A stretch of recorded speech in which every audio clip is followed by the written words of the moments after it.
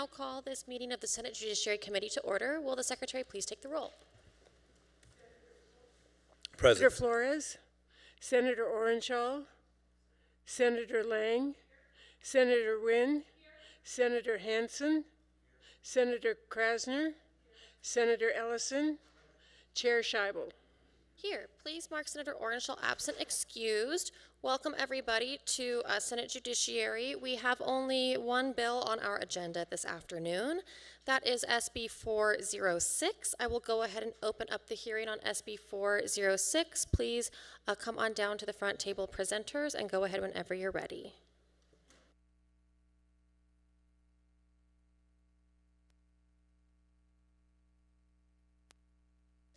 Good afternoon, members of the committee. My name is Rochelle Wynn. I proudly represent Senate District 3, and I am pleased to be here to present Senate Bill 406 to this committee today. There is an amendment that hopefully the committee all has. I saw it at my desk when I was sitting up there during roll call, so I believe you all have it. And this is the conceptual proposed amendment that we will be presenting off today. I will turn this over to James Martinez, the Vice Chancellor and Chief General Counsel for NG, and I will let him begin when he's ready. Thank you very much for the introduction. Chair Scheibel, committee, thank you for giving me some time today to explain this bill. And what I would like to do is start just by briefly explaining why this bill is important. So as you may know, over 200 class action lawsuits have been filed against institutions of higher education across the country. And the general causes of action are for moving classes to remote learning during the pandemic, specifically during the 2020 spring academic term.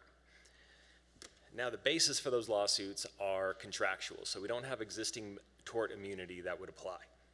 And the allegation is that every student, when they paid their tuition and fees, had a quasi-contract for in-person learning. And that was breached when everything moved online to comply with the declaration of emergency. Now, what SB 406 does is it provides Nevada institutions immunity for money damages in those types of cases only for the academic term of spring 2020. So let me briefly just go through what this bill does, and then I'll briefly go through what it does not do.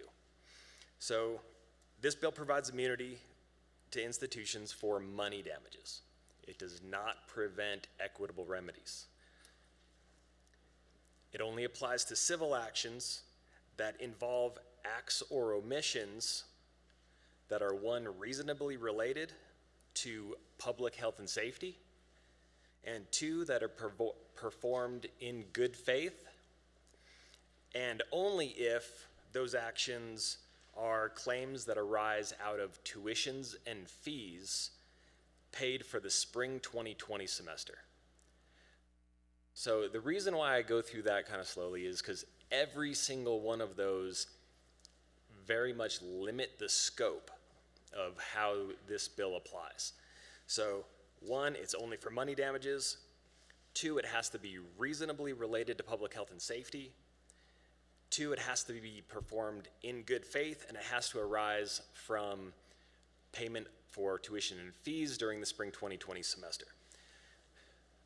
Next, the bill talks about what it means to be an act or omission that was performed in good faith, because that even further limits the scope of this bill.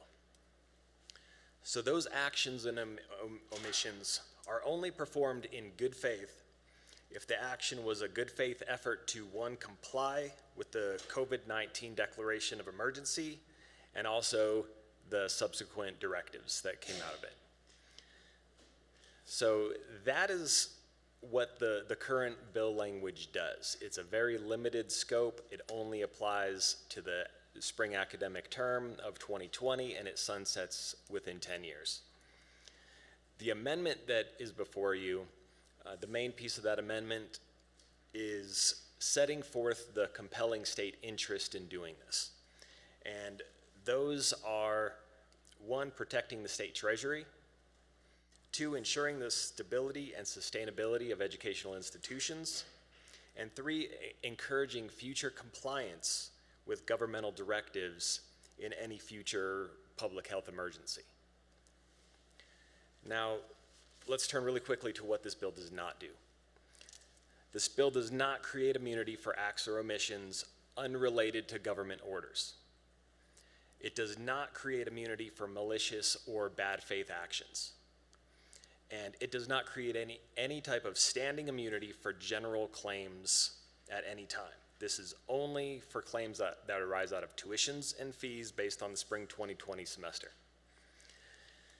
So this is something that we're asking you to support, and it's not something we take lightly. One is, this is a reasonable legislation that has been narrowly tailored to achieve a compelling state interest. And finally, this bill ensures institutions will not hesitate in the future to comply with public directives in cases of emergency.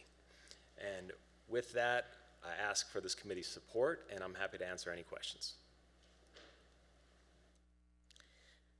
Thank you so much. I think we'll have a few questions. I'll start with Senator Ellison.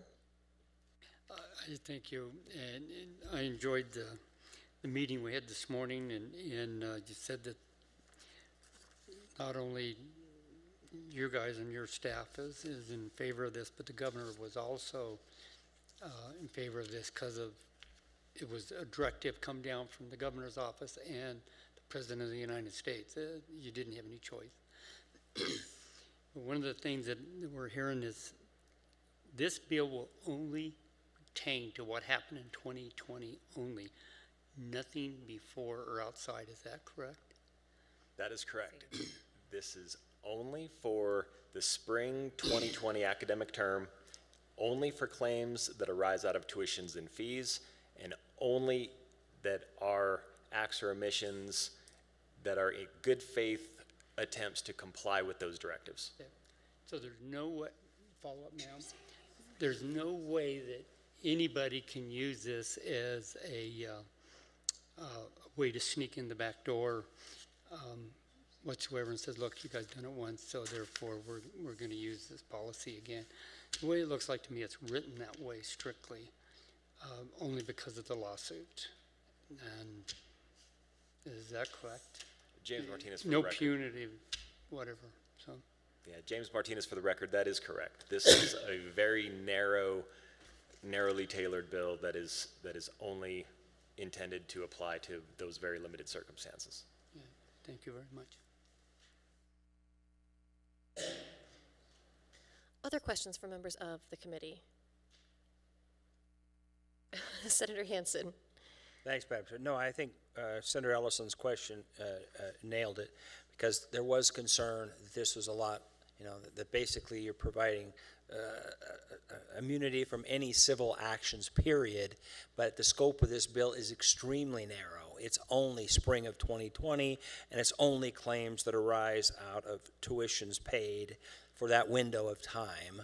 So, I don't know how much more narrow you can limit it, but there's still some concern that somehow there's some provision in this that may allow a broader level of immunity from lawsuits. I mean, is there anything in this thing that could have some vagueness to it that may allow those concerns?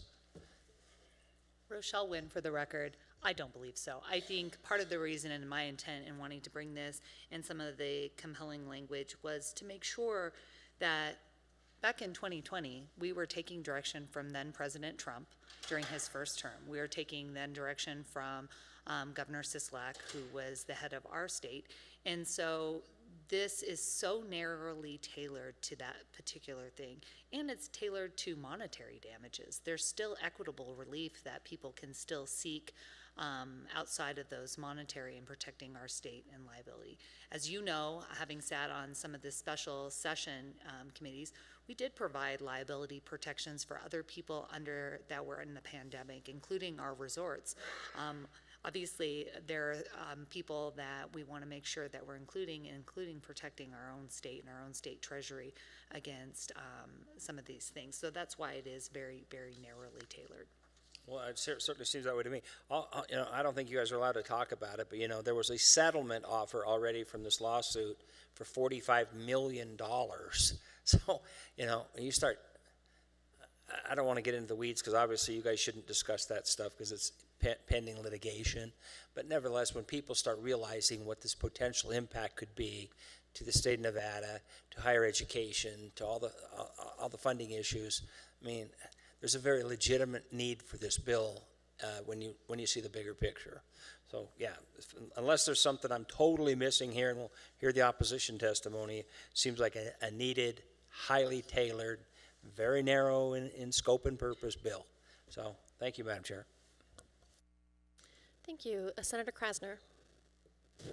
Thank you, Chair. Thank you for your presentation. So I do have some questions. So generally speaking, I am opposed to giving anybody immunity from civil liability because I think the people need to have the ability to redress their grievances, whether that's in criminal law, where the district attorneys are the lawyers that handle it, or in civil law, where the majority of lawyers in this state practice. People might say something about a lawyer, but when you need one because you've been harmed and you need to be made whole and you can't do it yourself, you go to a lawyer because you need that help. So generally speaking, I'm opposed to anybody being immune from civil liability. So I'll just start with that. You said that there's a compelling state interest here. What is that compelling state interest? I apologize. James Martinez for the record. The compelling state interests are really threefold in this bill. First, it's to protect the state treasury. Second, it's to ensure the stability and sustainability of our educational institutions.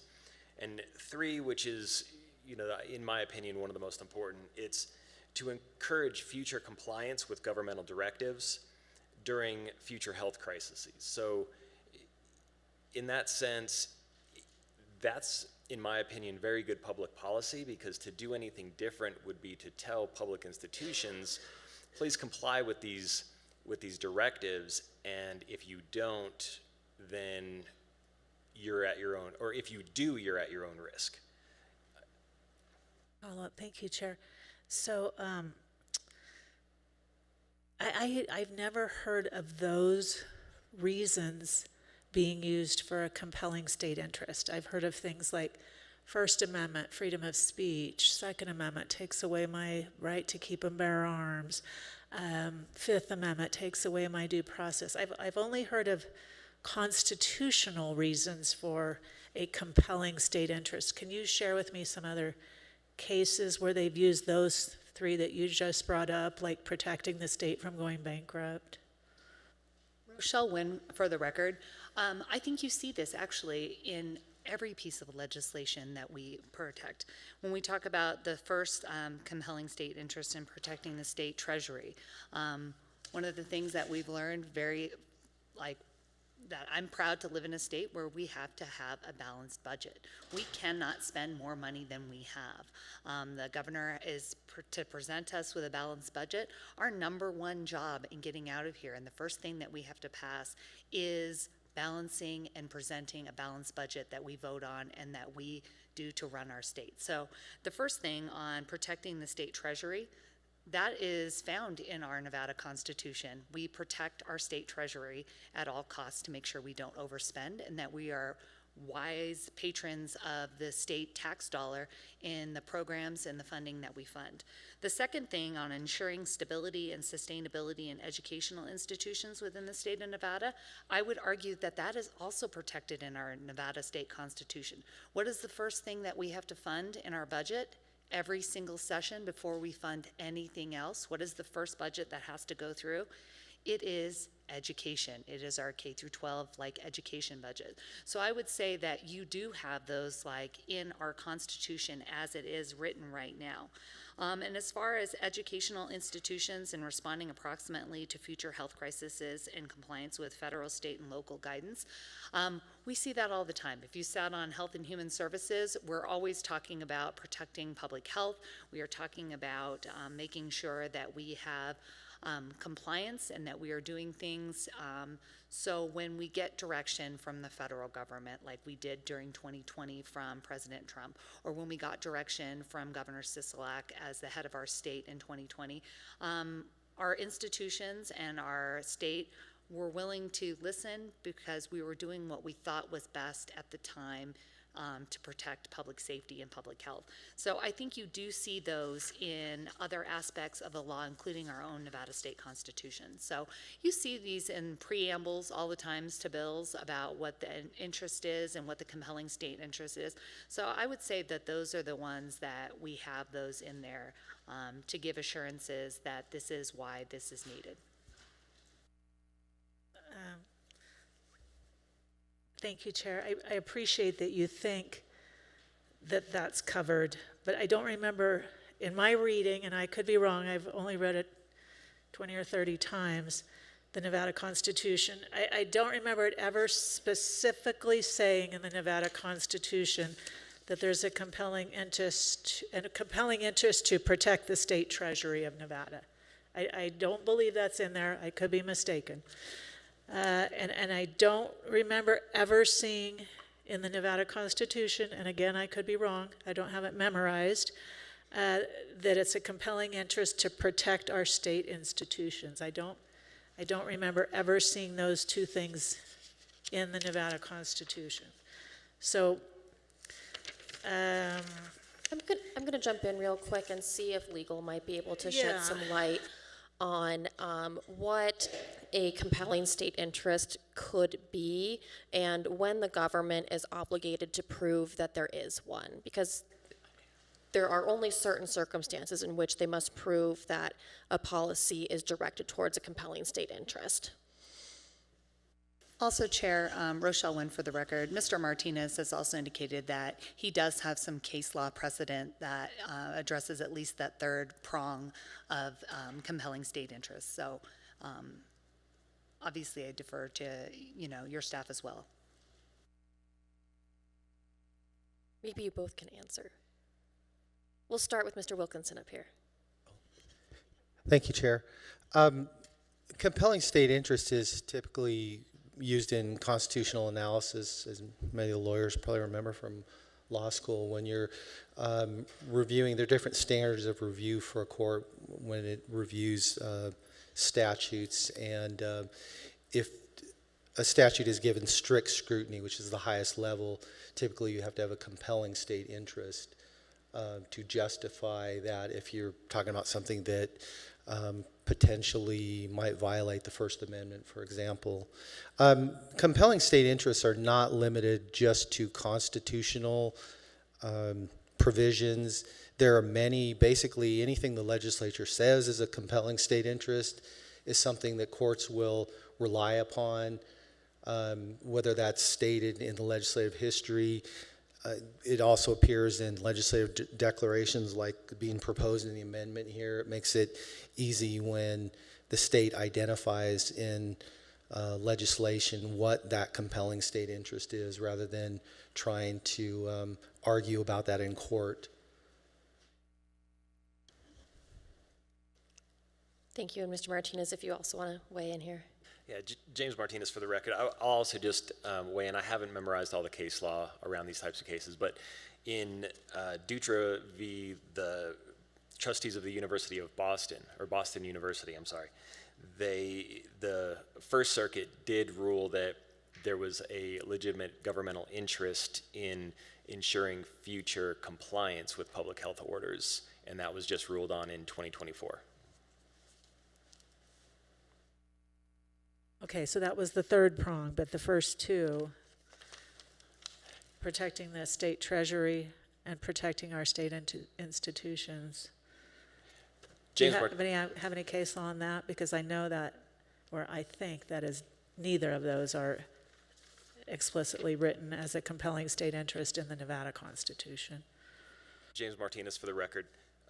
What I will say is the U.S. Supreme Court in General Motors Corporation versus Romaine did say that in order for this type of legislation to move forward, it needs to have a legitimate governmental interest.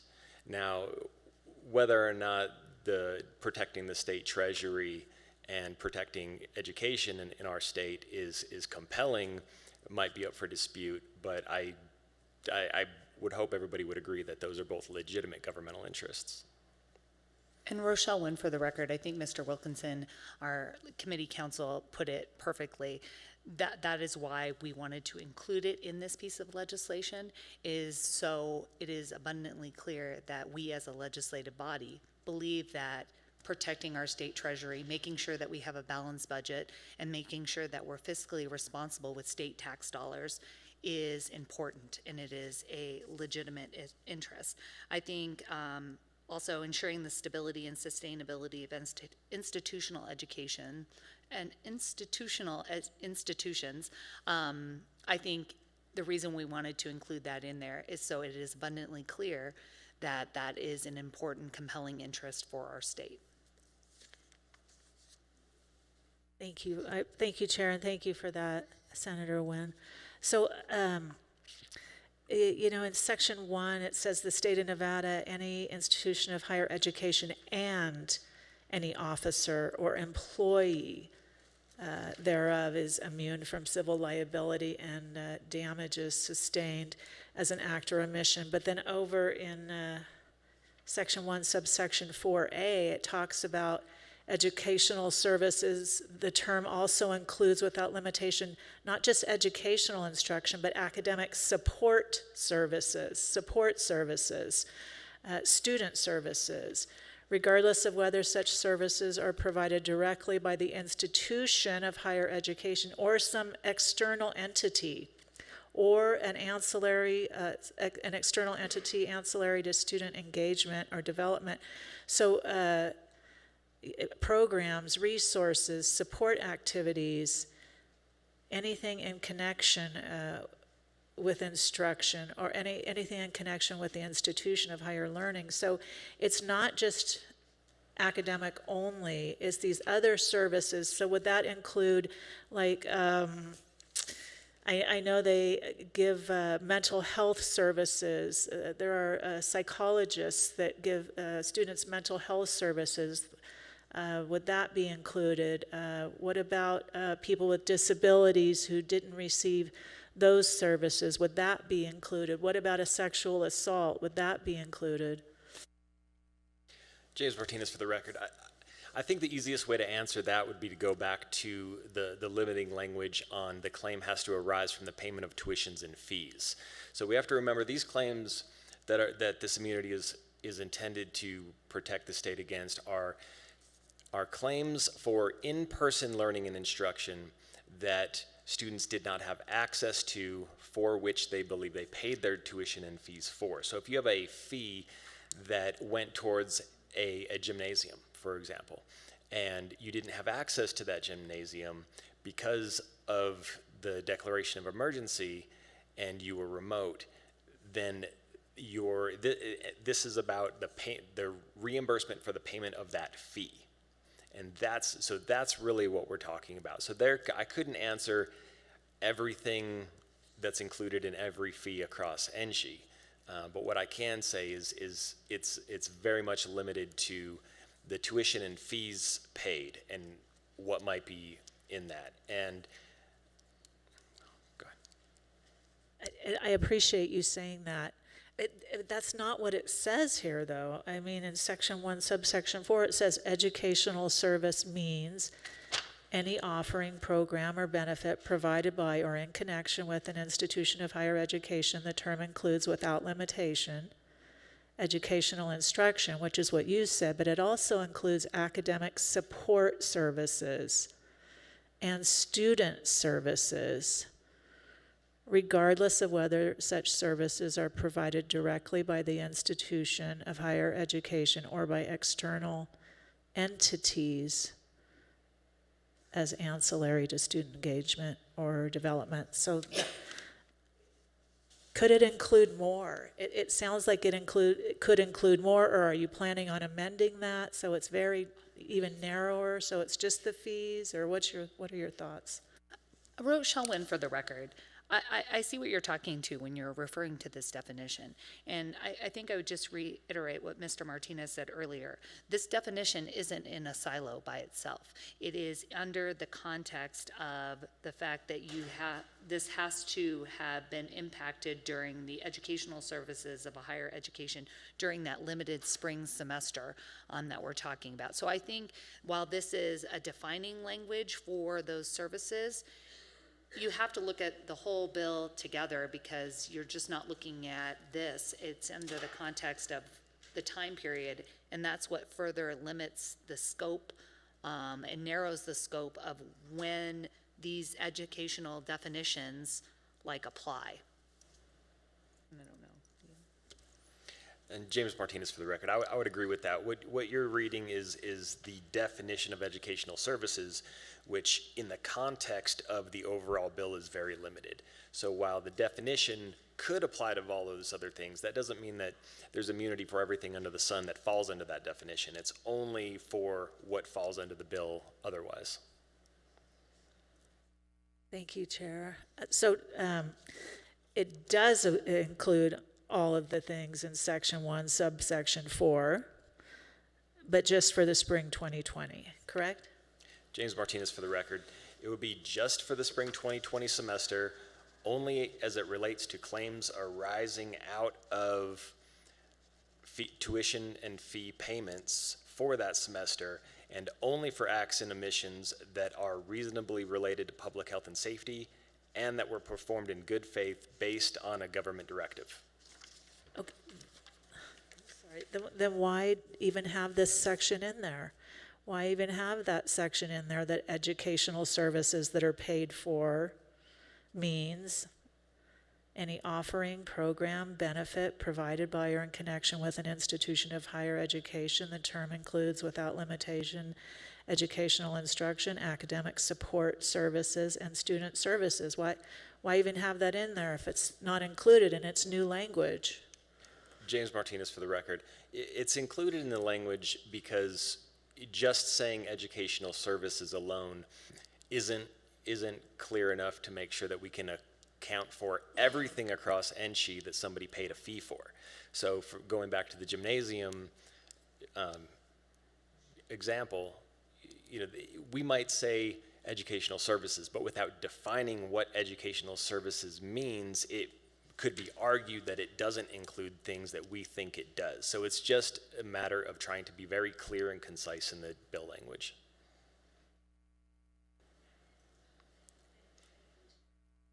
And I appreciate that, and I think we're in agreement in that. If you have kids that go to college, you know that when you do pay those fees, they're not just for the, going to class. They include, all those fees include the things listed here. But those things listed here, then there are more things that could be a civil infraction, a civil lawsuit could be brought for breach of academic support services not rendered, student services not rendered, something else that happened. And so it's not just as narrow as you're saying, I don't believe. There's these other things, and that's why you have them listed there. And I'm guessing that's why you don't want to amend them out. James Martinez, for the record, somebody could bring a suit based on any of those, if and only if it arose out of the payment of tuition and fees for the spring 2020 semester, and it was based on an act or omission that was reasonably related to so it's all of the stuff I've repeated. So yes, I agree that it's there, but Thank you. Chair, if it's possible for Mr. Martinez to complete his thought, I think it's important to make sure that we understand this, that it isn't just a definitional term. It is in the context of those other requirements that have to be met that have been narrowly tailored. So is that okay? Please, go ahead. Thank you. for the record, that's all I was trying to reiterate was all of the limiting language I mentioned before that's currently in the express language of the bill is this definition falls within that. So if somebody brought a claim and it did not meet all of the other standards of the bill that limit it, then it would not be a valid cause of act, or it would not be a valid claim for immunity. Thank you. I think this has spurred a couple more questions from the committee. I'm going to start with Senator Ellison. Thank you. One of the things I want to hit on is no student lost anything as far as the education goes. They all, most of them, still did everything online. Is that correct? They did their studies online. They still graduated or still got their credits. So there was no foul as far as that goes. The problem was there was a presidential order and governor's order to say you could not be in the classroom because of COVID. So that looked like to me the only thing you could do is allow the students to still do their education online. And what you did was still allow them to be a student. You know, they might not have been able to go to a baseball game or football game or basketball game or something, but the problem was is the educational part was still complied with under Nevada law and done what the state said. Is that not correct? James Martinez, for the record, that is correct. When classes moved to remote, they were obviously different, but anybody who went through a remote class, they still earned the same credits. No other harm was done there. So there was a value that they did get for their education. You know, in the allegation where there are contracts, the interesting question is, if you have a claim for a breach of contract in something like this, but it was impossible to comply with the contract because for us to do so was illegal, then the only other option would have been we should have shut down education entirely. And that was the predicament in 2020 that the institutions were in. Do we figure out another way to serve our students, or do we shut everything down completely? And that's what's brought us here today. Thank you. I'm sorry to bring that up, but it seemed like to me there was no foul there because they still did everything they could to still address the students, which they did. And then the big thing is now we've still got a $45 million lawsuit against the state. We've got to do something. And look, how many did you say there was lawsuits that were filed? James Martinez, for the record, over 200 lawsuits throughout the country. I don't know the exact number, but. And they're facing the same problem we are, but the problem is we did everything we could to still get the credits out to the students. And thank you, ma'am, and I'll shut up. Thank you. No, thank you, Senator. I'll go to Senator Hansen next. Thanks, Madam Chair. I actually had a question for legal because the idea of, as I read it, you read the bill in total, Section 1B is defined by number 2 in Section 1, but I want to get legal. Could we eliminate Section 2, or is it all encompassing? My impression is it is necessary, but I wanted to have your input on that.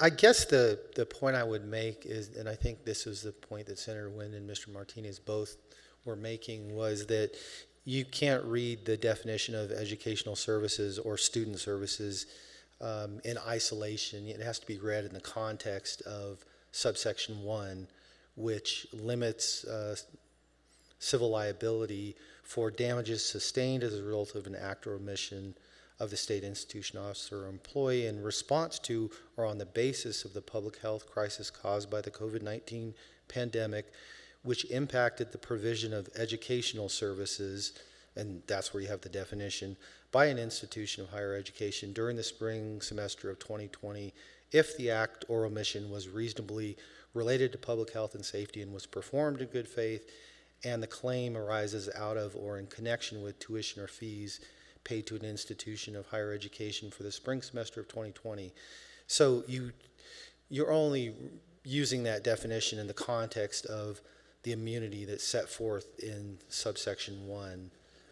There's also in subsection 2, which this hasn't been mentioned, but some things that for the purposes of subsection 1, acts or omissions are deemed to have impacted the provision of educational services if they cause the cessation of educational services for any period, cause the closure of a campus or facility, in whole or in part or otherwise limited access to any such campus or facility, or modified the manner in which the educational services were provided, including authorizing transition to online or remote instruction, or otherwise interfered with the provision of educational services. So the point being, I think as the testifiers were saying, that you read that those definitions of educational services and student services is then pulled out of the definition of educational services, and you have to read those in the context of the immunity and the limitations on that immunity that are set forth in subsection 1. Thank you. Now that was my concern. Those actually act as limitations, boundaries on what can be sued over. They don't expand it to where there's no limitation. They're actually in there to make sure that any lawsuits and any liability that we provide through statute are very, very carefully tailored to that exact window of time for those exact issues dealing with tuitions and fees. That's my understanding. I just want to make sure legal actually verified that. Thank you, Madam Chair. Thank you, and I appreciate it. I was going to ask for similar clarification, so I'm glad that we got that. Any other questions from members of the committee? There's just one other thing that I want to touch on, because we have all been receiving a lot of emails, phone calls, messages in opposition to the bill, and a lot of them mention something that I think is not covered by this bill, so I just want to check my understanding that if somebody wanted to bring a lawsuit against the department, against an institution because they were forced to be vaccinated in order to attend school, and they believe that this vaccination has caused them some kind of injury, and they wanted some kind of compensation for that injury unrelated to their tuitions and fees. They just wanted to be paid because they think the vaccine caused them an injury, and they want to hold the school responsible for the vaccine. I'm not asking if there are other legal issues with that claim, but would this bill prevent them from bringing that claim forward? James Martinez, for the record, absolutely not. That is a entirely separate issue, and once again, this is solely based on claims that arise out of payment of tuition and fees for the spring 2020 semester. Thank you. All right. Not seeing any other questions. Thank you for your presentation, answering all of our questions. Thank you. We will go to testimony in support of SB 406 here in person in Carson City and Las Vegas. Don't see anybody coming up to the table in either location, so we'll go to the phones, please, for testimony in support of SB 406. Thank you, Chair. If you would like to provide testimony in support of SB 406, please press *9 to take your place in the queue.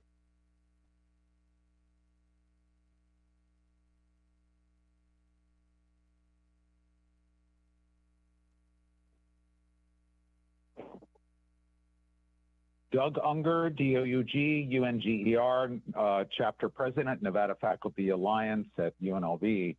The Nevada Faculty Alliance supports SB 406 as introduced. During the COVID pandemic, we all did the best we could under very difficult circumstances to both protect students and continue to deliver our courses. Many faculty members made heroic efforts to shift to remote technology on short notice. It is disgraceful for NG and its employees to be targeted with opportunistic lawsuits for actions taken in good faith and following state and federal directives. We note that SB 4 of the 32nd special session in 2020 limited the civil liability of businesses and state governmental entities for damages claimed due to exposure to COVID-19, but only if those entities complied with promulgated public health standards, which included cessation of in-person instruction. Thank you for your consideration. To support SB 406, the Nevada Faculty Alliance strongly supports SB 406. If you have recently joined us and would like to provide testimony in support of SB 406, please press *9 to take your place in the queue.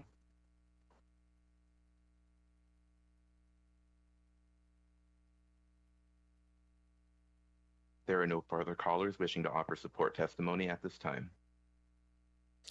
All right, we'll go to opposition testimony on SB 406, starting here in Carson City in person. I'm not seeing anybody coming forward in Carson City or Las Vegas to give opposition testimony, so we'll go to the phones, please, for opposition on SB 406. Thank you. If you would like to provide testimony in opposition to SB 406, please press star 9 to take your place in the queue.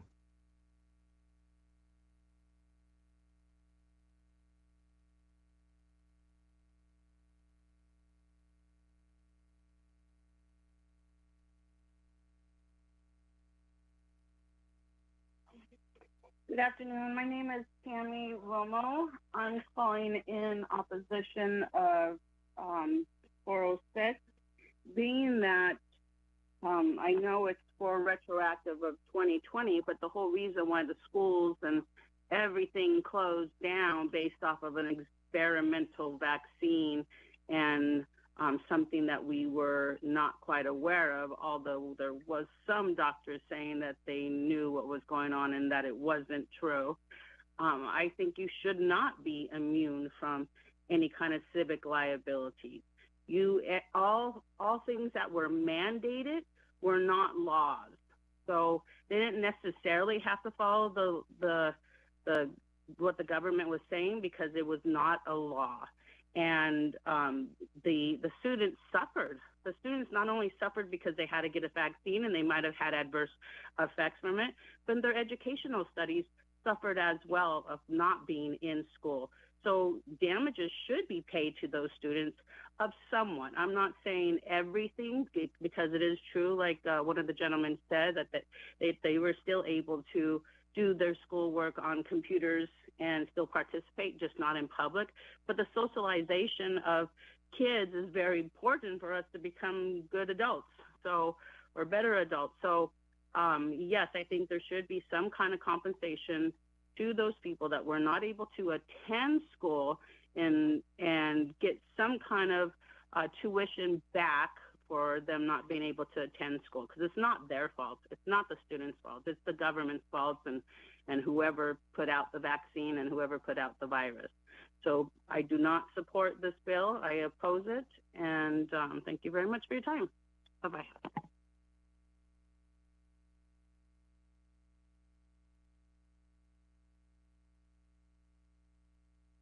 Good afternoon, Chair Scheibel and committee members. My name is Jim DeGraffenreid, JIMDEGRAFFENREID, and I am Nevada's Republican National Committee man here today in opposition to SB 406.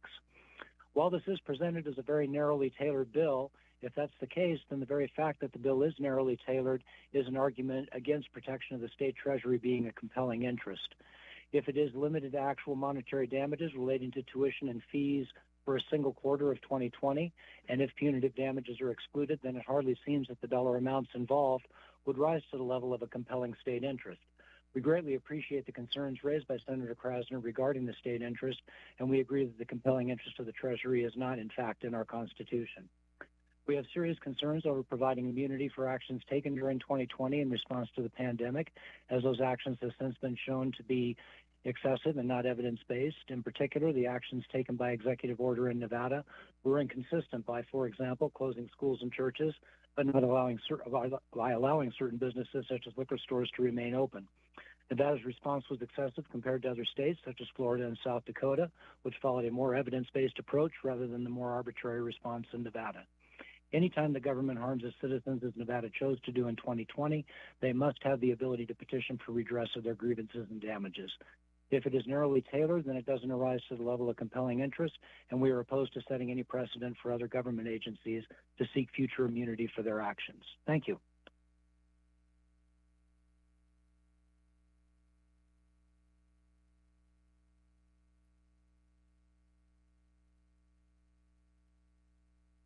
This is Al Lasso in Las Vegas. First, I want to say I have no personal interest in this matter. The thing that surprised me the most was how rapidly the university system stampeded to a totalitarian state in the immediate aftermath of the release of COVID-19.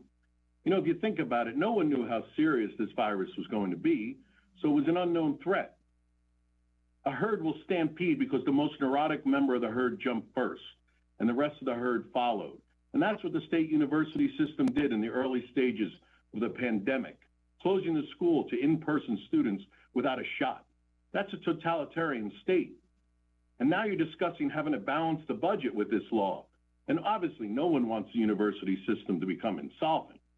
But the real question is, why didn't anyone discuss that when they were curtailing students' right to an education? It's a little late now, isn't it? The breakdown of the students' rights in the university system is especially grating, as these students paid for an education, were young and healthy, and were being forced to inject an experimental palliative, because the Ninth Circuit has said it's not a vaccine, it's a palliative. They're forced to inject it into their body or else not get an in-person education because they could not even register for in-person classes. Well, you reap what you sow. Now we find the shots are much more dangerous than effective. And it's clear that the harm by not only getting these shots, but by also having students learn remotely is staggering. You want to erase history, but you can't. It's unconstitutional. If you pass this law for what was supposed to be a 100% safe shot, it will be overturned at the Supreme Court. Instead of passing this law, you should be attempting to make amends to those who were harmed by the university system's policies. Either way, you can't change what has happened, and I hope that those who made these policies, I hope they live with the guilt forever for what they did to innocent young American adults. And I don't care what your political leanings are, you should be bringing a lawsuit against Dr. Fauci and the HHS for causing these policies instead of this hypocritical nonsense. Do not pass SB 406.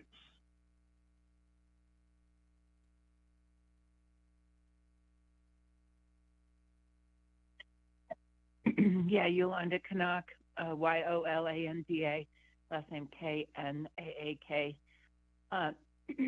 Well, I'm actually glad to hear that this bill doesn't have anything to do with people that took the vaccine because they were required to by the Board of Regents.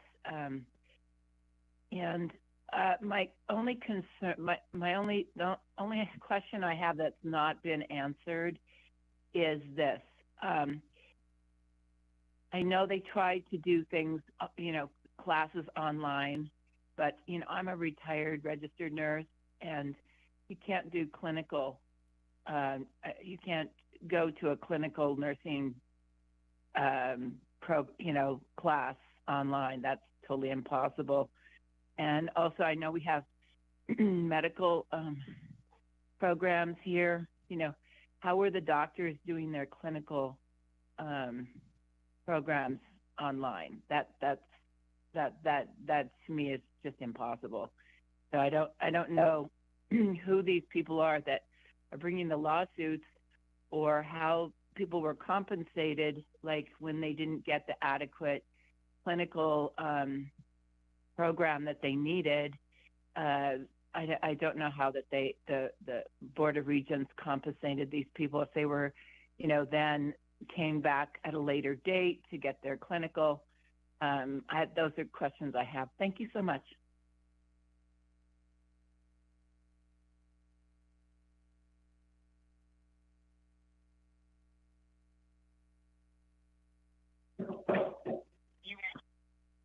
Hello, this is Dora Martinez with the Nevada Disability Peer Action Coalition. I am very concerned with this bill. As some of you may know, I am blind and I did go through UNR, and some of their services are not adequate. For instance, Disability Resource Center. So if those services, and I'm sorry, I wasn't able to read the whole law because it's not accessible. But if that department is exempt, how are we people with disability going to get transparency and sue them so they could learn and do the right thing? Because people with disability also needs to go to school and get the adequate services that the DRC claim that they're doing. Thank you. So please do not pass this law.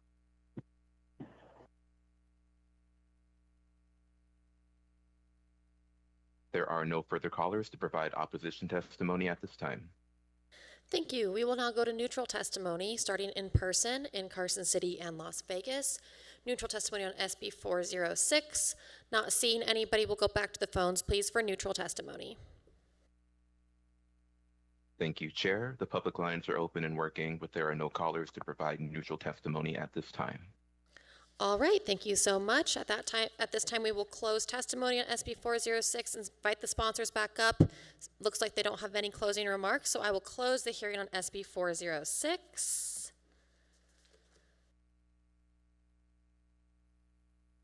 And I will invite Vice Chair Flores down to the front for our next item, which is not on your agenda, but I'll let Senator Flores go ahead.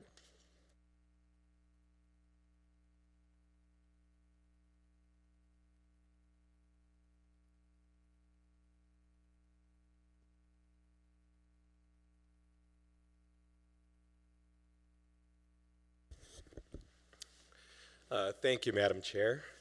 I am State Senator Edgar Flores, representing proudly Senate District 2, and there is an item that we did not have in the agenda, but I wanted to come up here and say Happy April Fools to our amazing staff who have been panicking for the past couple of hours because we told them we were going to secretly add an item to the agenda and have a hearing without having given anybody a heads up, and that we were trying to sneak it in.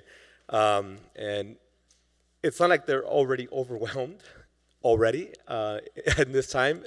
So I did want to take an opportunity, Madam Chair, to say I've had the honor of working with Mr. McDonald since 2017 when I first had the opportunity to chair in government affairs on the assembly side. And Mr. McDonald was an amazing policy analyst and became a good friend in the years that I've had an opportunity to know him. And not to minimize or give any less credit to the rest of the amazing team, but I did want to take an opportunity to say thank you for all the incredible work that you all do to make the chair and the rest of the committee look amazing.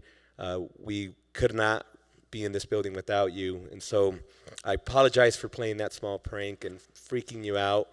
And I think we were told you can't do this, you're not allowed to do that, and folk were freaking out. But we just wanted to do a lighthearted joke and really take an opportunity to celebrate all of you. So thank you and happy April Fools.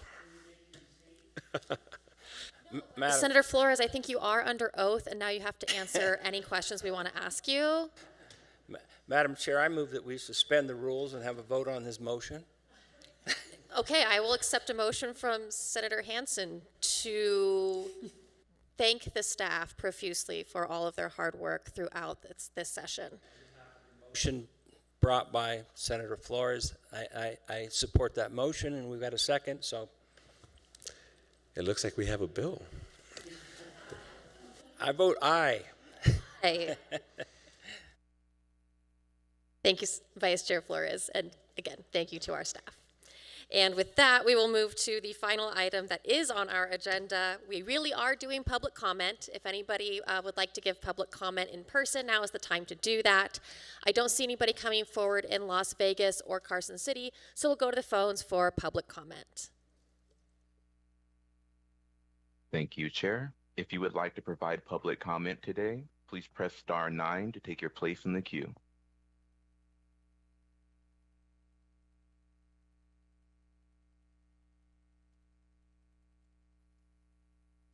There are no callers wishing to make public comment at this time. All right, then that brings us to the conclusion of our meeting for today. We will be here again tomorrow, same time, same place. Until then, we are adjourned.